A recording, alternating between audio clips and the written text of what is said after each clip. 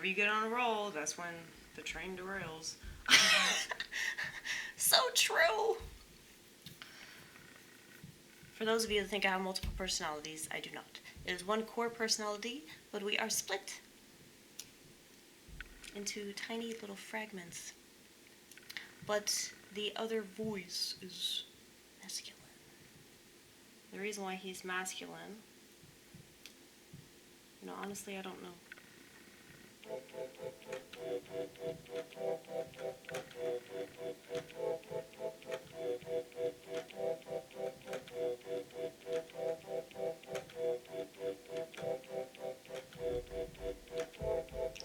Why does it have to be a problem?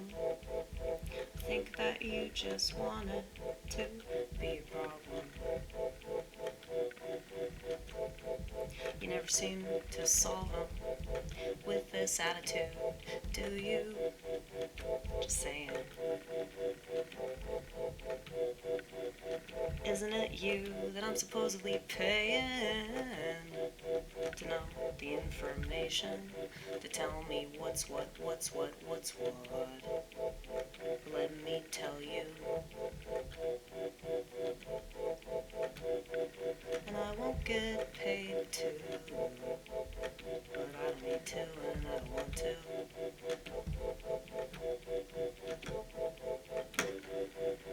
I think that most people do most things for the wrong reason, but they're not cognizant of this.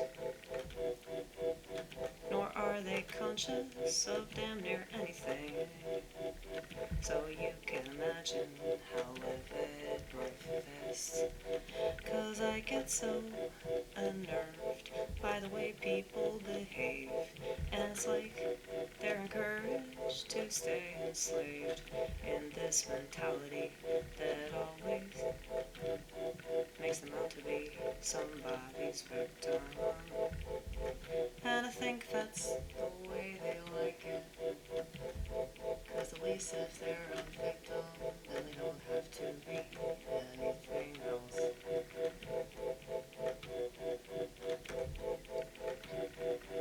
All these things that everybody obsesses about don't matter in the long run. They don't matter in the grand scheme, but they won't stop, they won't shut up. Doesn't matter how nothing changes, it just rearranges. Doesn't matter how much money they take and how many stories they fake, people will still keep going along with it.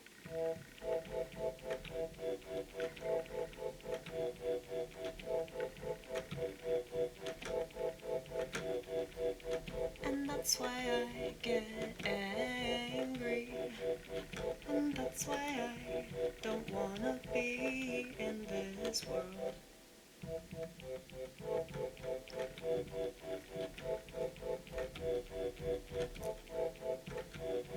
That's okay, that's okay.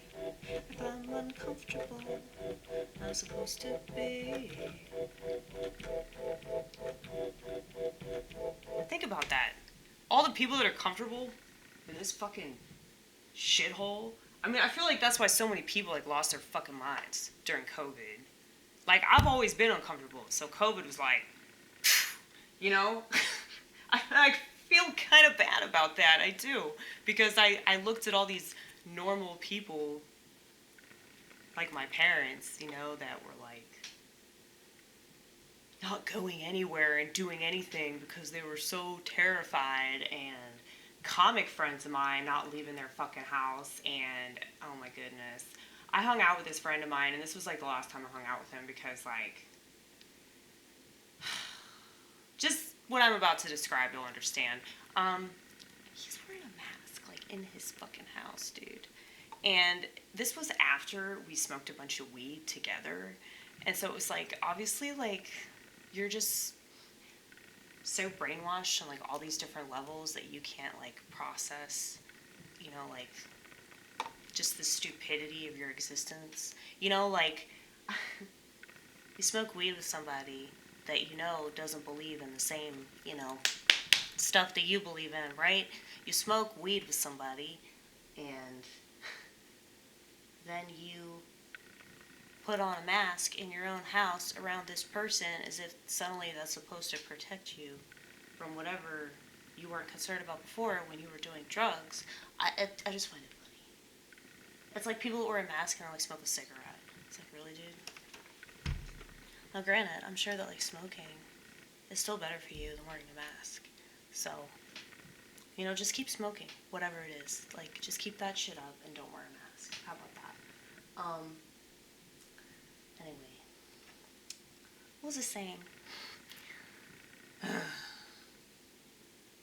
You were talking about, your friend. Yeah. I miss him, though. He's my Marxist friend. So, yeah. I stopped smoking weed, and I was like, I don't think I can tolerate him anymore. But now that I'm smoking weed again, maybe I can tolerate him. I don't know. I mean, it's mutual. He feels the exact same way about me. Probably more so, really, because I'm white, too, so that's like, down a notch. And I'm a misogynist, so I don't subscribe to the idea that women are victims, and he does because he's a Marxist. So that's part of the Marxist ideology. So, yeah, the whole patriarchal system is like, underpinning the capitalist system that Karl Marx had such a problem with. But anyway, yeah, he's a comic. He's like morbidly obese. Like, I'm not exaggerating when I say that. He's like 300 pounds. Probably more than that. But, yeah, just a really self-destructive person on his phone all the damn time. I just feel sorry for him. Like, he still has a heart, like a really good heart, and like I can see that. He's just caught up in the wrong thing, obviously. And he reminds me of myself, and I think that's why we get along. He reminds me of myself when I was a flaming liberal. But he's like older than me, and he has a penis, so it's like interesting.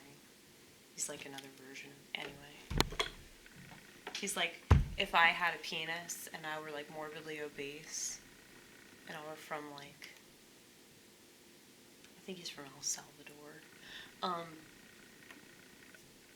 We used to get into arguments about Donald Trump all the time because he hates Donald Trump with a passion. That was actually really fun, though. I kind of miss that. Like, I miss getting into very heated debates with people about Donald Trump.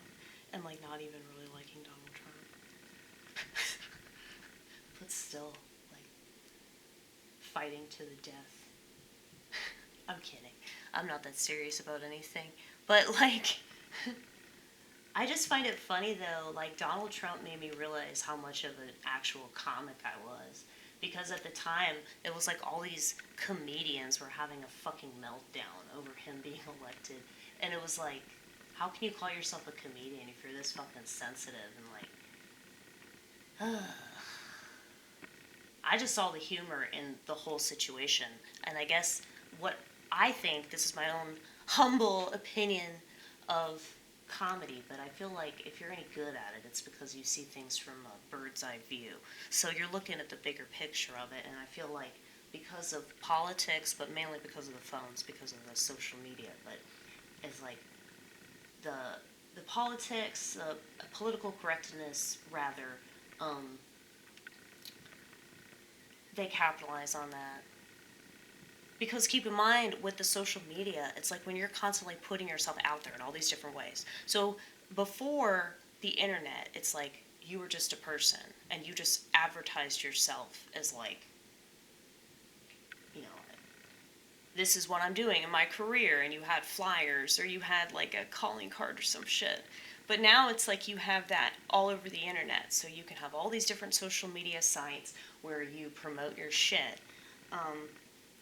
But keep in mind that people that are like insecure or they're really vapid people, they'll just obsess about who they think they are, and they have all these different platforms where they can like, yak and yak and yak unnecessarily, and it's like they're being encouraged to do that by everybody. You know? If other people are doing that, that's encouraging that behavior. I don't care what you have to say. Your actions affect other people, man. They always do, they always will. So, you know, just not being on a social network, not having a smartphone. If you have a smartphone, just use it less. Just not, if you just have it, but you keep it somewhere, or you only take it out, like, when you really fucking need it, like, that's inspirational to people that think that they have to be on it all the damn time, you know? So, it's a chain reaction. You have to be the first one to inspire people. You can't keep waiting for somebody else to do it because it's your responsibility. And if everybody had that kind of attitude, can you imagine how awesome this world would be? We have to fantasize about it because it'll never happen. Everybody's a piece of shit. That's very true statement. Amen. Thank you. I'm full of them. As you should be.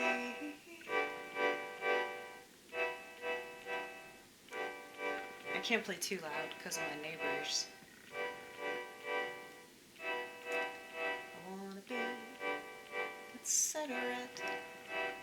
Cause most of the time I'm in my own little world and I don't wanna come out for anything or anyone. This isn't something that many understand. So that's why I explain it, even if they still won't get it. At least I tried. At least I tried.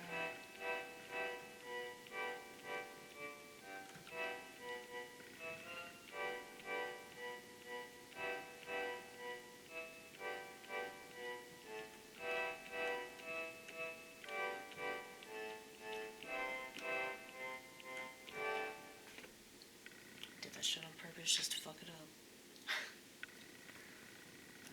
Yeah. You could explain, but they don't get it. Just move on. They're not going to get it, you know? Some people will get it. Those people are the ones. They'll be on your team. But if you can't trust somebody, then fuck them. You know? That's the way I see it. And I don't mean to be mean, but you'd say the same thing about me, motherfucker.